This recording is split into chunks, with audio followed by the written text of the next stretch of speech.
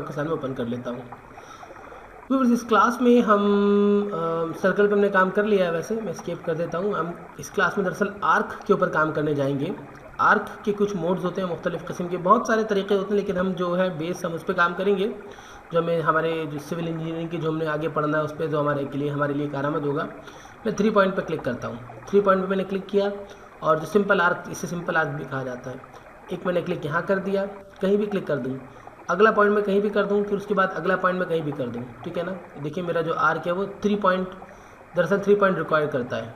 मैं आपको दोबारा बताता हूँ। मैंने आर्क पे क्लिक किया, एक पॉइंट मैंने ये बता दिया, दूसरा पॉइंट मैंने जहाँ भी बता दिया ना उतने फासले पर मेरा जो है आर्क का एंड पॉइंट होगा। पहले मैंने फर्स्ट पॉइंट बताया, फिर मैंने लास्ट पॉइंट बताया, फिर तीसरा मैंने एंगल बताया। मैं दोबारा बताता हूँ। 3 पॉइंट से क्या होता है, अभी आपने फर्स्ट पॉइंट बताया, अब आप लास्ट पॉइंट बता रहे हैं कितने फासले पर होना चाहिए, वो आपने बता दिया। अब आप एंगल बताएं कि कितना होना चाहिए एंगल आपका, और ये देखिए इस तरीके से आप एंगल बताते हैं इसका। देखिए यूँ या यूँ कर दें आप, ठीक है, जो भी आपने एंगल देना हो आप एंगल बताते हैं, ठीक है ना। या आप कहते हैं जी ना बस इतना एंगल रहे, तो आपने क्लिक कर दिया। 3 पॉइंट्स में आपका ऑब्जेक्ट क्रिएट हो जाता है। पहले आप बताते हैं इसका फर्स्ट पॉइंट, फिर आप बताते हैं लास्ट पॉइंट, फिर आप बताते हैं एंगल या लाइन की जो दरअसल हाइट कहलाती है, ये एंगल तो नहीं कहलाता, लेकिन बाय द वे ऑब्वियसली वही बात आ गई ना, जब फासला मिसाल के तौर पर 10 फीट है और आप उसके अंदर आप लंबी लाइन जब रखेंगे, 20 फीट की लाइन रखेंगे तो वो बहुत ज़्यादा मुड़ के आएगी। इसी फासले में रखनी है, अगर 10 फीट की जगह पे आप 20 फीट का अगर आप तार रखेंगे तो वो ज़ाहिर सी बात है रोल होकर आएगा ना, तो उतनी रोलिंग हो जाती है, तो उससे एंगल भी बन जाता है। लेकिन इसके अलावा एक और पॉइंट भी है, हम ज़्यादा तो काम नहीं करेंगे आर्किंग के ऊपर इतना ज़्यादा, इंशाल्लाह ताला प्रोफेशनली आगे काम आएगा, लेकिन स्टार्ट, सेंटर और एंड पे काम करता हूँ। इसके लिए मुझे एक लाइन दरकार होगी, मैं लाइन बता देता हूँ। लाइन पे मैंने क्लिक किया, मैं फर्स्ट पॉइंट ये बता देता हूँ और लास्ट पॉइंट मैं ये बता देता हूँ। स्केप, तकरीबन 8 फीट की कुछ लाइन है हमारे पास। ये मैंने आर्क पे क्लिक किया, देखिए यहाँ पे मैं क्लिक करता हूँ, तो अभी सिंपल आर्क है ना, यहाँ पे क्लिक करता हूँ। उसके बाद मुझसे कहता है लास्ट पॉइंट क्या है वो बता दें। लास्ट पॉइंट में कहता हूँ ये वाला है जनाब। उसके बाद मुझसे कहता है कि कितना आपने इसको डीप रखना है या क्या साइज़ आपने देना है वो बताएं। तो मैं इसको साइज़ बता देता हूँ जनाब कि ये साइज़ हमारे पास आ जाए। ये देखिए ये साइज़ हमारे पास आ गया, ठीक है। जितना मैंने नीचे तक अपने आर्क को खींचा था उतना ही नीचे तक हमारा आर्क जो है वो बनकर आया। मज़ीद हम इसको कर सकते हैं मोल्डिंग या जो भी हमने करनी है, ठीक है ना। अब मैं इसे कर देता हूँ डिलीट। ये तो वो मेथड है जिस पर हमने ऑलरेडी काम किया हुआ है, डिलीट। अब दोबारा मैं आर्क पे क्लिक करता हूँ और स्टार्ट, सेंटर और एंड की भी बात करता हूँ। अब ये मैंने बता दिया फर्स्ट पॉइंट, ठीक है। अब देखिए मुझे सेंटर पॉइंट बताना, लास्ट पॉइंट नहीं बताना। डायरेक्ट मुझे नहीं बताना कि लास्ट क्या है। अगर मैं इसे बता दूंगा ना ये वाला पॉइंट, तो वो सेंटर पॉइंट कहलाएगा। सेंटर पॉइंट पे हम क्लिक करते हैं, ये सेंटर पॉइंट हो गया हमारा। अब ये हमसे बोलता है लास्ट पॉइंट बताओ।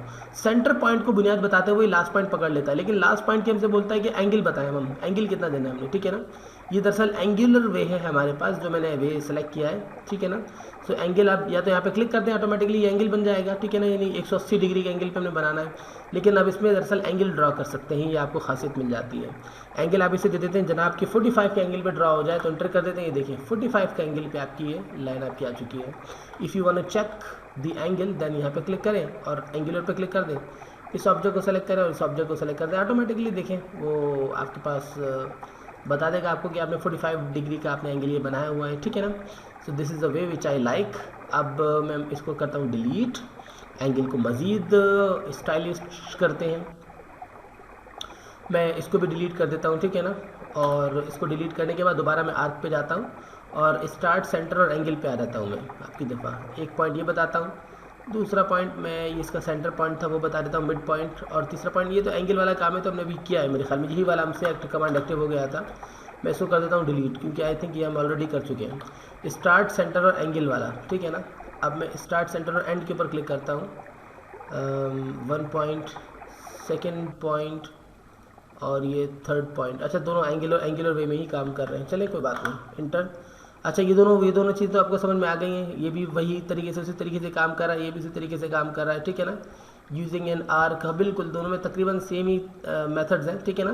लेकिन इसके अंदर आपको दरकार है खासतौर पर एंगल डिफाइन करना, जबकि इसके अंदर आप एंगुलर वे में काम कर सकते हो, ठीक है ना। यानी आपको चॉइस दी गई है कि आप चाहो तो एंगुलर वे में काम करो। इसको मैं कर देता हूँ डिलीट और मैं यहाँ पे आता हूँ और इंक्लूडेड एंगल पे क्लिक कर देता हूँ। तो यहाँ पे जब मैं क्लिक करता हूँ फिर मैं सेंटर पॉइंट बताता हूँ। अब देखें ऑटोमेटिकली कि एंगल हमारे पास जो है वो ड्रॉ है हमारे पास। तो एंगुलर वे में इस तरीके से बेहतर अंदाज में 135 में लिखता हूँ, एंटर कर देता हूँ। ये देखिए चेक द ऑब्जेक्ट का आपका एंगल बता देगा, 135 के एंगल पे मोल्डिंग हो रही है हमारे पास। अच्छा, इस तरीके से मुख्तलिफ होते हैं। अभी ये लेंथ पे आते हैं, अगर चलो लेंथ पे भी काम कर लेते हैं, डिलीट, और इस ऑब्जेक्ट को ज़रा मैं डिलीट कर देता हूँ क्योंकि इसकी लेंथ हमारे पास परफेक्टली स्पेसिफाइड नहीं थी। मैंने एल प्रेस किया और कहीं भी मैंने क्लिक कर दिया। मैं @ लगाता हूँ, पहले मैं बताता हूँ इसकी लेंथ मैं कहता हूँ 10 फीट हो, उसके बाद लेस देन का साइन। अब मैं कहता हूँ एंगल क्या होना चाहिए इसका। एंगल में इसका बता देता हूँ जनाब 0 का एंगल हो जाए, सिंपल, इंटर। और माइनस नहीं, मैंने प्लस में बनाई है लाइन, सही है ना। ये 10 फीट हमारे पास लाइन आ गई है। अब जब आप चूज़ करेंगे ना स्टार्ट सेंटर एंड लेंथ, तो स्टार्ट में यहाँ से करता हूँ और मैं बीच में क्लिक कर देता हूँ, सेंटर बता देता हूँ। This is approximately my centre, where is my centre, here is, ये मेरा सेंटर आ गया, मैंने क्लिक कर दिया। अब मुझे लेंथ बतानी होगी, ठीक है, मुझे लेंथ बतानी होगी, ठीक है। या तो मैं यहाँ पे क्लिक कर दूँ, ये भी पॉसिबल है, या तो मैं यहाँ पे क्लिक कर दूँ, 10 फीट 9 फीट जो भी है, मुझे लेंथ बतानी होगी। मैं लेंथ बताता हूँ जनाब 8 फीट और इंटर कर देता हूँ। देखें तो 8 फीट मैंने बताया, तो 8 फीट की मेरे पास लाइन जो है वो ड्रॉ होकर आ चुकी है मेरे पास। 8 फीट की लाइन ड्रॉ होकर आ चुकी है मेरे पास, ठीक है ना। लेकिन अच्छा, अब अगर इसको मैं चेक भी करता हूँ तो देखिए 8 फीट की लाइन ही होगी ये लाजमन। यहाँ पे मैंने क्लिक किया, अलाइन पे क्लिक किया। अलाइन से ये होता है कि आपको कोई आपका ऑब्जेक्ट जो कि अलाइंड वे में हो ना, तो उसकी भी आपको अलाइनमेंट मिल जाती है। क्लिक और ये चेक कर लें तो ये देखिए 8 फीट आपके पास लिखा हुआ आ जाता है। सो दिस लाइन, ये लाइन 8 फीट की है। लेकिन मैं 10 फीट से अगर ज़्यादा साइज़ रखूँगा ना, मैंने आर्क पे क्लिक किया, वही वाला आर्क अभी सेलेक्टेड है, ठीक है ना, स्टार्ट सेंटर लेंथ वाला।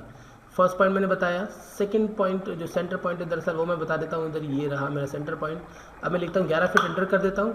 तो देखिए इनवैलिड कमांड हमारे पास एक्टिव हो जाती है। कमांड एक्टिव हुई नहीं थी, ठीक है ना, अप्लाई नहीं हुई थी। दोबारा मैं आर्क पे क्लिक करता हूँ और फर्स्ट पॉइंट ये बता देता हूँ, सेंटर पॉइंट ये बता देता हूँ। ये रहा मेरा सेंटर पॉइंट और मैंने क्लिक कर दिया। अब देखिए मैं इसका लिखता हूँ 11 फीट, इंटर कर देता हूँ। तो सॉरी 11 फीट का एंगल मैं इसको बता देता हूँ। ये देखिए, सॉरी 11 फीट अप्लाई नहीं होगा, 11 फीट अप्लाई नहीं होगा, कितने भी एंटर कर दें आप, ठीक है ना। सो ये आपको लाजमन 10 फीट से ज़्यादा आप नहीं रख सकते। आप 10 फीट रख के एंटर कर देते हैं तो देखिए पूरी आपकी जो लाइन है वो पूरे एरिया में आपके ड्रॉ हो जाती है। सो इस तरीके से आप इन तीनों का इस्तेमाल कर सकते हैं, इन चारों का, ठीक है ना। फिर